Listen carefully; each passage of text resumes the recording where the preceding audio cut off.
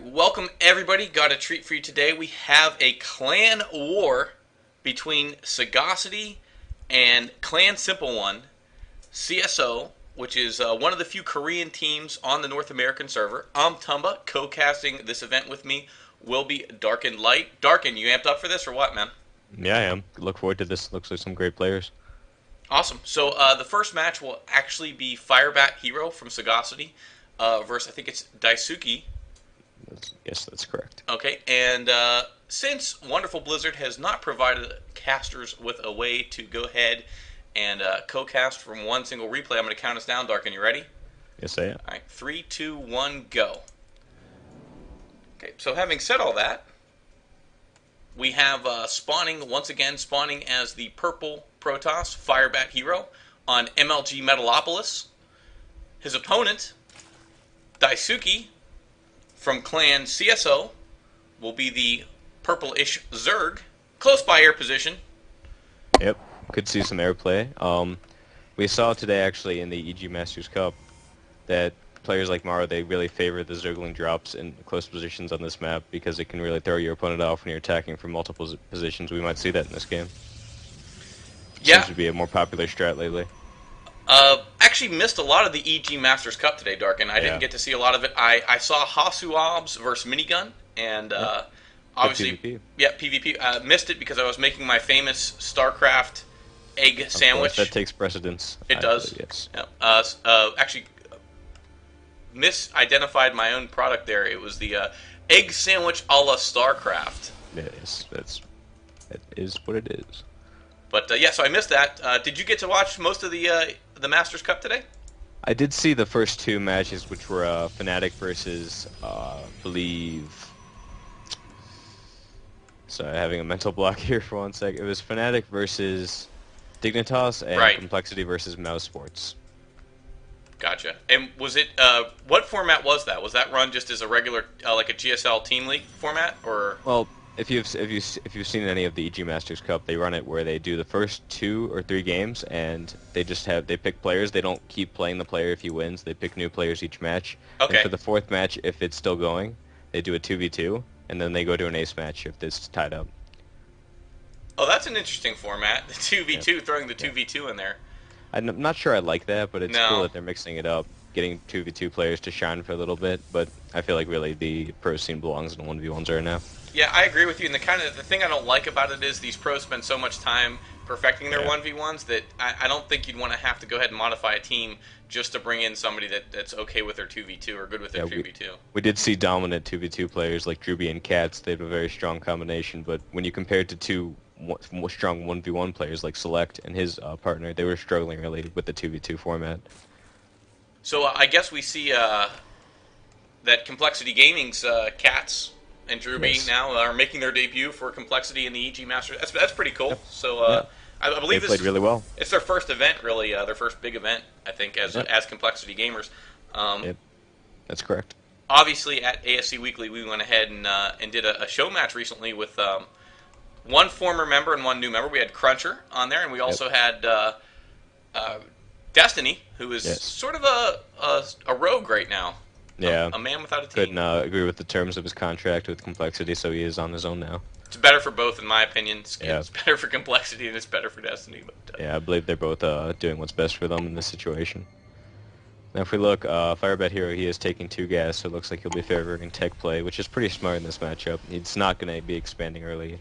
He probably respects his opponent, and he knows that if there's any aggression coming, it'd be safer to just sit back for a little while. Absolutely. And you see Zerglings out in the field just kind of sharking around the map, looking for any shenanigans, proxy pylons. Such a great tool for Zerg to use early. Yep. Knows when the expansion timing is. It looks like that he may be favoring a 3-gate Sentry expand or some kind of sneaky tech. Actually, he is throwing down a Twilight Council now, so we may see DTs or Blink. Yeah, I can say not a fan of the Sentry expand unless it's canceled, and as a sort of a fake-out 4-gate type of deal. Yeah, it's one of the few options, unfortunately, for an early expand on this map, as the natural is so wide open. The 4-jet fast expand really is not effective. No, this and Zelnaga, I think the 2 maps that most difficult to go ahead and hold that expo for a Protoss, in this matchup especially. Yep. Looks like his opponent is droning a lot. He hasn't gotten that many units out. He's the few lings looking around the map, searching for proxies. Really good use of his lings right now. And he's just droning up. He's teching. He's got an Evo chamber down. No lair yet. Actually making a lot of queens. He has one queen queued up. I do not like that, but it's a mistake a lot of players do make, hitting that key a couple times. Yeah, essentially, I think if you know airplay's coming, it's safe to make a few extra queens. Yeah, simply but I because would you have can throw preferred them him away. making it out of the two separate hatcheries as opposed to two off And the same queuing one. right. Yeah. Could have been miscue. Researching Blink now.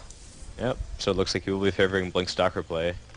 By the look of it, he's getting 3 gateways. This is the amount you want off one base with Blink Stalkers. It's the amount that you can support. I'm a little concerned right now, though, for Firebat, just because he's really low on units, and of course, I guess, you know what, at the 7-minute mark, this is about where you should be as a Protoss. His opponent is sitting back. He's droning up. He wants to get his economic advantage in place. That's what most Zergs like to do. They don't like to pressure early unless they have to. And Wait a it looks like second. he is moving out. And wait, Yeah. what's that? Pylon block. He Yeah, has block. And also, Is that a War Prism coming out? What's that? I see a... that is a War Prism. Yeah, that... What do those do? They're flying chandeliers, actually. Oh, alright. And they usually just break into a million pieces. So let's see how this works out for him. I'm kind of stunned, frankly, right now. Yeah, I have to say that where do you go from here kind of thing was what I was thinking. Of course, he could use it for vision, I guess, if Blink has finished to It blink looks like he into the may main. force field the ramp with it, too.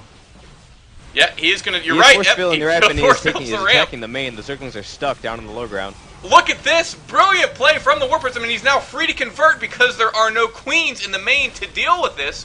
Could not have worked out better. He's keeping that force field up. The Lings are doing nothing now. They're stuck. And the Spine Crawlers, they're completely useless.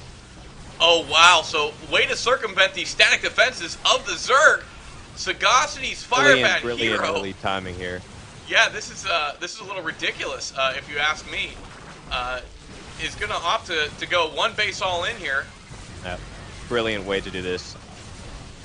And Just completely nullifying all the static defenses of the Zerg opponent. brilliant force fields. And the beautiful thing about this is why expand? Yeah. You know, really don't even have to. So using the Warp Prism for vision, was able to blink, convert the Warp Prism, and since Zerg has a hard time with anti-air early, other than Queens, he's free reign right now. Yeah. He's moving the Spine Crawlers up now, but I think it's a little too late. The Stalkers are having free reign. They're destroying all the tech. There's no drones left in the main. Wow. So What this a could be the brilliant end for play from... Daisuke. Yeah, this is it for Daisuke for sure. Reigning supreme right now in the base, in the main. Back Beak Stalkers, great micro. Phenomenal micro, yes. Using that blink to its best ability. Able to, of course, warp in as well. All the drones dead. He's trying to pull a lot of them now, and he just leaves the game. There it is. I don't believe I saw a GG there, actually. And I do believe they added the replay functionality where we do see the GG, but there was none there. Oh, okay. Gotcha. So I believe they did recently add it so that you can see it. So I don't think that there actually was a GG in this game. Right, there was probably no GG there. So I can see how I could be frustrated. And as I was saying earlier, Darkin, it's where do you go from here? Okay, you know, you've got the situation where it's time for you to expand or attack as Protoss. You don't really have, if you're worried about roaches and you don't have a high enough unit count yet. Especially on that map.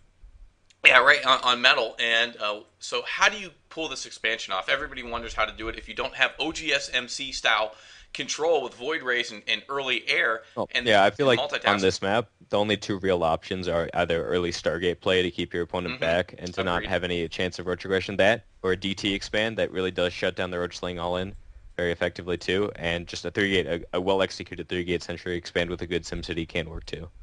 Yes. Obviously, players opting in that order, I think priority one would be the best choice, safest choice is probably the Void Ray, simply because you can go ahead and you can use it more effectively than you could DTs, because you can bring it back into your army, into your ball, into that death ball, and it's good for that as well. Especially on close air positions, you can just poke into the main, force the Zerg to stay back and defend instead of attacking you. Right, but as you see, Sagacity team member Firebat Hero going ahead and saying, you know what, I don't need to go ahead. I'm going to innovate a little bit. And this is what I've been talking about. This is what we've been talking about, you and I especially, in our late-night conversations about PvZ balance, is the Protoss just not really innovating enough. Yeah, and that was probably one of the biggest innovations I've seen in the matchup in a long time. That was brilliant, brilliant move by him. Never could have expected that kind of thing. Absolutely not. So we will be back in just 1 second with the next. This is a clan war for those of you that have missed it, that are checking out the VODs. So it is Sagacity versus Clan Simple One, CSO. So Saga versus CSO, game one in the bag. We will see now who they send out to face against Firebat Hero. We'll be right back in 1 second.